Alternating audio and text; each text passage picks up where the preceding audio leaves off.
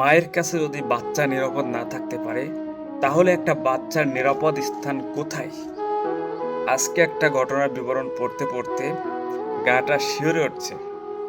কিছুদিন আগে সবাই জানেন, ময়না নামের একটা ছোট্ট বাচ্চা, তাকে মসজিদের দোতলায় মৃত অবস্থায় পাওয়া গেছে। এটা কিন্তু প্ল্যানিং করে করেছে তার মা এবং চাচা।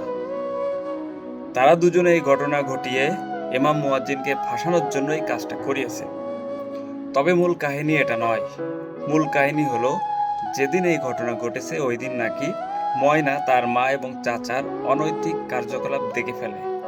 এটা ধামাচাপা দেওয়ার জন্য এই ঘটনাটি ঘটিয়েছে, এবং ঘটনাটি এমনভাবে ঘটিয়েছে, সেটা বর্ণনা আসলে আমার মুখে বলা সম্ভব না।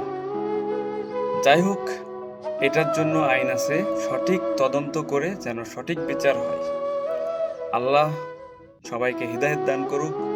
যদি এমন হয় একটা বাচ্চা নিরাপদ না তার মায়ের কোলে, তাহলে সমাজটা এখন কোথায়?